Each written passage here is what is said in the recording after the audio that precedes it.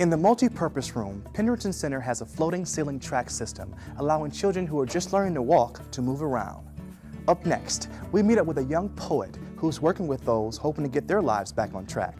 By supplying his students with the tools to write, Carlos Contreras is having a real therapeutic impact. Need something to write with? Try one of those doesn't work, so try and give me back the one that doesn't work.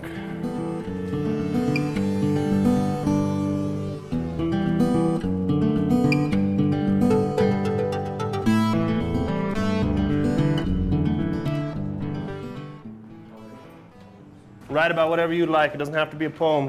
Whatever's on your heart, whatever's on your mind. Well, this man the other day told me that he could not understand the world that I'm from. And it made me admit that I could never understand his either. I sit in this classroom on Wednesdays in the evening, and there's this dude who's trying to understand the world of orange jumpsuits and criminal histories.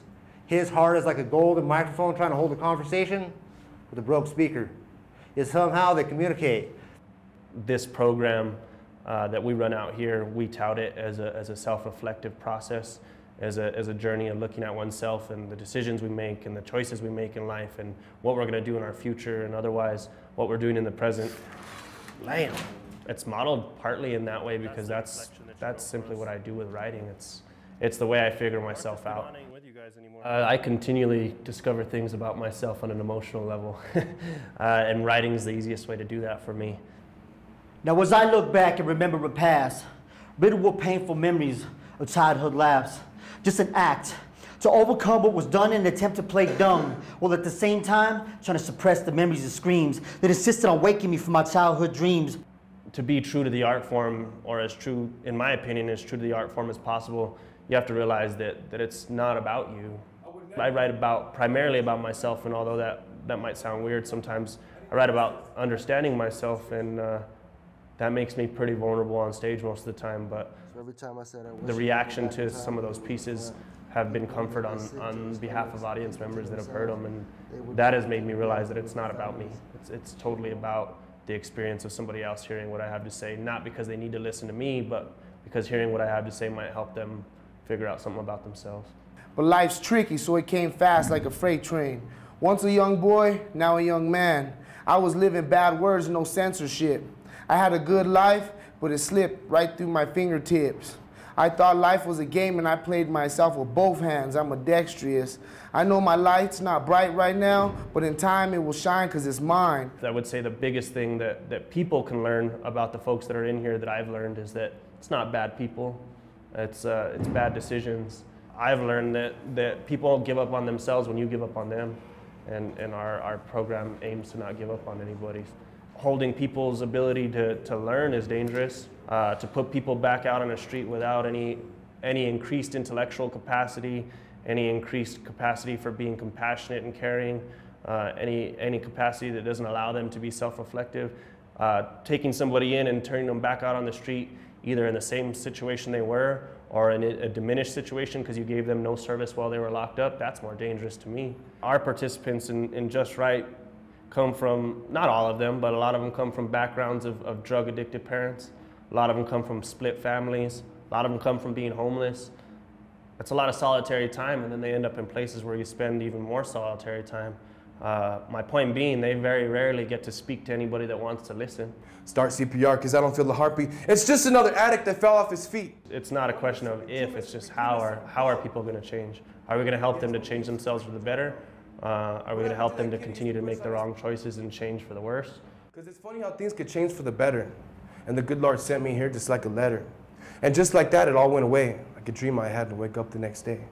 I'm free from that life, can't you see? Because once again, God saved me.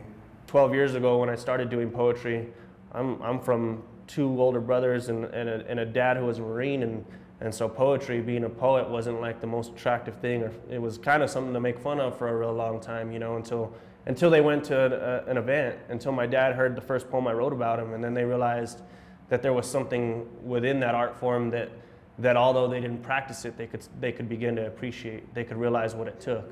Engaging with an audience or with a group of people, for me, comes primarily out of being honest.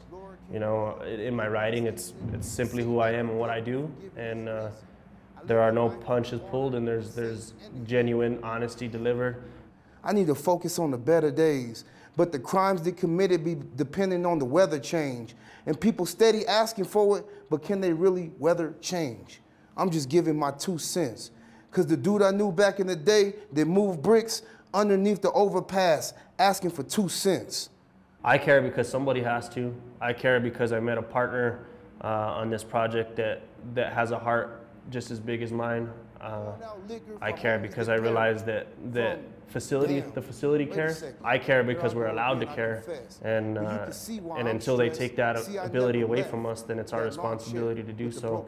There are 3,000 people in this place. If nobody cares about them, then what are we doing for our own community? Do I understand them at all times? No. Do I relate to their background and their experiences all the time? No. Can I care about them even though I don't have that level of understanding? Absolutely. And that wraps it up for this edition of Detroit Performs. As always, for more arts and culture, head to DetroitPerforms.org, where you'll find featured videos, blogs, and information on upcoming arts events. Also, check us out on Facebook and Twitter. We'd like to give a very special thank you to Penricton Center for Blind Children in Taylor. In addition to what we've seen so far, they also have this music therapy room. Perhaps we'll have to check that out on a future edition of Detroit Performs. But for now, and until next Tuesday, get out there and show the world how Detroit performs, y'all. I'm DJ Oliver. Thanks for watching, guys.